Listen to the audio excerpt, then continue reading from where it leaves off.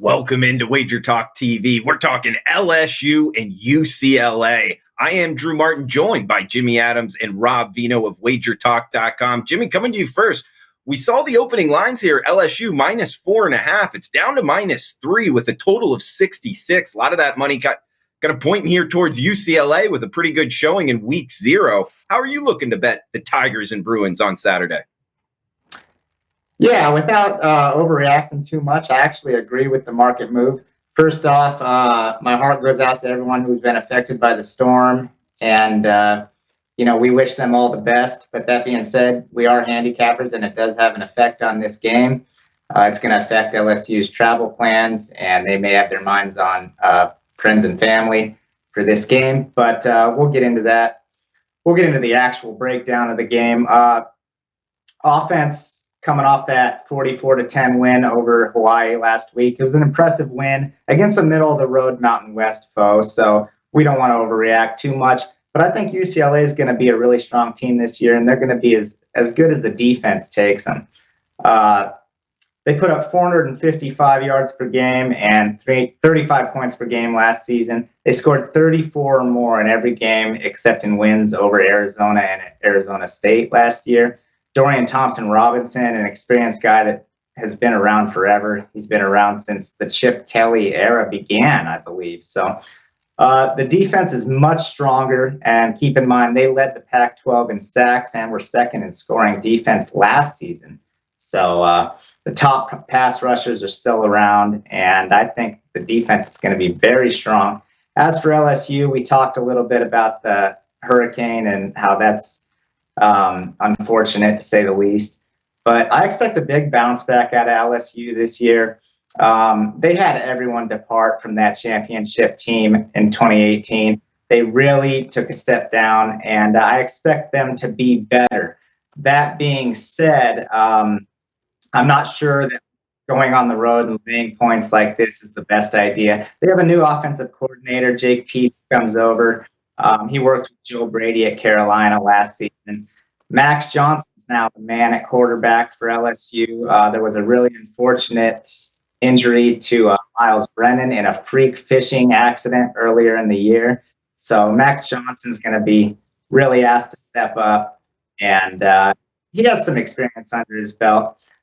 The running game needs to step up as well, and the defense needs to be big after finishing 124th in the nation last year. So I think that you're looking at a live home dog come Saturday. Sure. Looking towards the dog here, the Bruins at home. It is a tough travel spot for LSU, Robbie, and it's kind of tough to say that being their first game of the season. But, I kind of led off here with UCLA looking good in week 0. That's the reason for the line push here. But actually, Jimmy brings up a good point with the hurricane affecting travel plans as well. So it's likely a mixture of both. Robbie, I'll throw it over to you. In conclusion, what are you looking to bet here, LSU and UCLA? Yeah, well, obviously the hurricane is a concern. It touched Baton Rouge, and there's going to be some thoughts with people associated to the team, but that concern's not big enough for me, Drew, to not lay the 3 points here. I like the UCLA side. All these games are situational and they're matchup based, and this one just seems to favor LSU so heavily. Jimmy touched on a lot of things. Let's just go over and reiterate and then add to some of the stuff he said. That 44-10 win over Hawaii last week, make of it what you want. If you think it was real, and UCLA is going to be much better this season, I happen to believe that. Or do you think it was a product of the opposition last week in Hawaii? I also believe that. That 44-10 win was pretty simple for UCLA.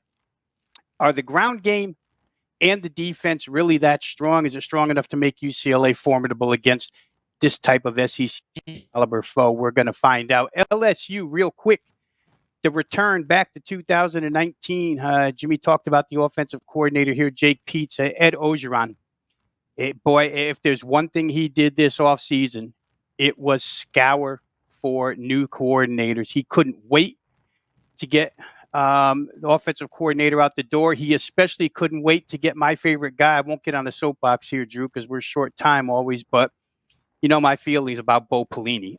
In fact, Ed Orgeron said if he had known Bo Pelini's system thoroughly, and if he didn't have to do interviews conducted through Zoom last year, he would have never hired the guy. So out with the old and in with the old, right? He wants both 2019 systems back. It's exactly why he hired Jake Peets, because he worked under Joe Brady. Joe Brady's system comes back offensively to Baton Rouge. It's not necessarily Joe Burrow. It is Max Johnson. The talent is there for LSU, a little bit younger, but they all got experience last year because so many opt-outs for LSU last season during that COVID year. Defensively, Bo Pelini's system was too complex. They've simplified this 4-3 system. It was especially too complex in pass coverage. Pass coverage, Orgeron ranted on and on about how D-backs were handing off to other people and handing off receivers to other people, and nobody knew what the heck they were doing. And they got beat for a lot of big plays. I don't see that happening this year. They're going back to a much simpler form of defense here, relying on their physicality, their talent overall. I think that where Max Johnson is concerned, it's fine. Whether it had been Brennan or Johnson really doesn't matter. Max Johnson last season attempts 150 passes, completes 59% of them in a season where the offense was, trying just to muddle through each and every game. He had 8 touchdowns, only 1 interception. The biggest key to this game, guys, and why it's so different than the Hawaii game, LSU may have the best set of cornerbacks in the nation. Eli Ricks and Derek Stingley allow LSU to chuck 8 men in the box in this game and dare Chip Kelly's quarterback, Dorian Thompson-Robinson, to beat them through the air. They're going to go all out to shut down the run.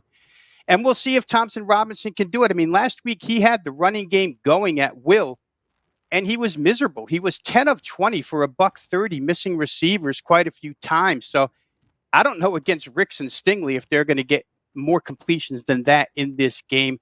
So if the running game gets stifled by that LSU front 7, by the way, 6 of those 7 are back, and the 7th guy happens to be a transfer in from Clemson, a stud linebacker, Mike Jones, who played for Clemson last year. So I could see LSU stuffing the run here. UCLA's offensive line is talented, but can they move these guys? It was real easy to move Hawaii. Might not be as easy here. The concerns Jimmy mentioned, the hurricane. UCLA has 1 game under their belt. Of course, that's a concern. LSU hasn't played yet. And did Chip Kelly hold anything back last week? It's possible.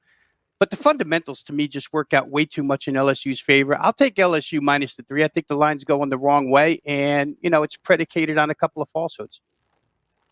Robbie going, go Tigers there. It's going to be a fun one on Saturday night. It's on Fox, 8:30, guys. Thanks for tuning in. Guys, remember to check out WagerTalk.com. $9 Monday, every Monday. All plays discounted to just $9.